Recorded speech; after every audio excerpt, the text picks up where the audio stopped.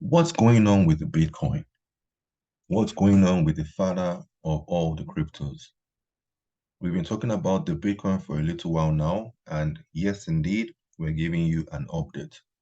But before we jump into the update, it's a pleasure having you guys here again. If you are new to the channel, do the needful, hit the subscribe button, turn on the notification bell, and of course, ask questions if you have any.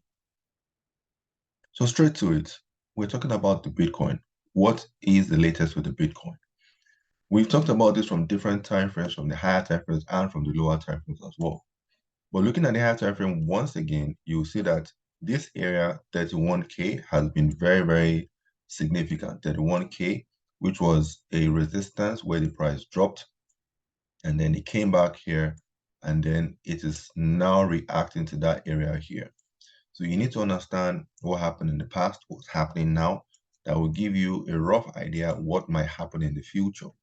So of course, what we do here based on our strategy is price action that gives us support resistance areas of interest. And if you look very well, it's an uptrend, which is what we've been having this year, more or less.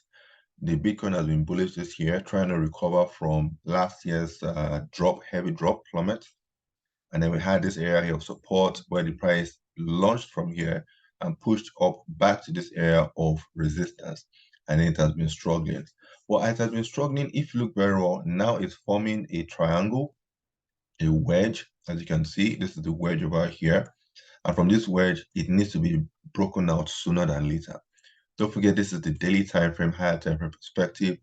We are also going to be looking at the daily time frame, the hourly time frame as well, to have a look at what all of these candles look like from a lower time frame perspective, right? Because if you look at this very well, this is clearly ranging. We talked about this, that this is more or less like an exhaustion. Exhaustion meaning that price is tired and then price is moving sideways, trying to regain some strength before either pushing higher or pushing lower. So which way is it going to be? Is it going to be in favor of the bulls or in favor of the sell of the bears rather? Bulls or bears? Only time will tell. But one thing I can say is that inside this daily, you also have clues from the hourly time frame. And then this is the Bitcoin from the hourly time frame, and you can see it is clearly moving sideways. This is ranging, which is from the daily that we just saw with all those candles. This is clearly sideways. So we need some nice moves to break out from all of this. We have support here, as you can see, support, support, support. So if it's going to go to the downside, we'd like to see a breakout here, pull back to this area of about 30K and then drop further down. This will be for us to follow it down. Or worst case, if it's going to go up, a breakout and then a pullback and then follow it to the upside. Always have an idea of what price wants to do for buying, and then also have an idea for what price wants to do for selling as well. Mind you, all of this happenings for the Bitcoin, especially today, the 12th of July, is while the dollar, the DXY, is plummeting. Now, if you look very well, this is clearly a vertical move to the downside, right? And about 3 hours ago, we had a CPI that started this move and then it continued to drop, right? So as this is happening to the dollar, what is happening to the Bitcoin? The Bitcoin has not started to pick up, right? But then more or less, give it some little time, the Bitcoin is also going to move accordingly, right? So everything has to do with patience at the end of the day.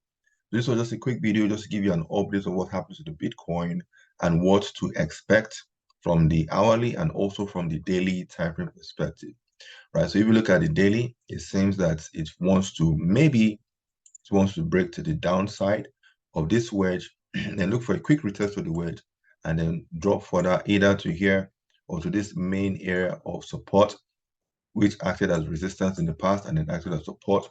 This is also a flip zone. I call it a flip zone because it has acted as both support and resistance. So pay attention to your charts, let your charts lead the way, and then you take advantage.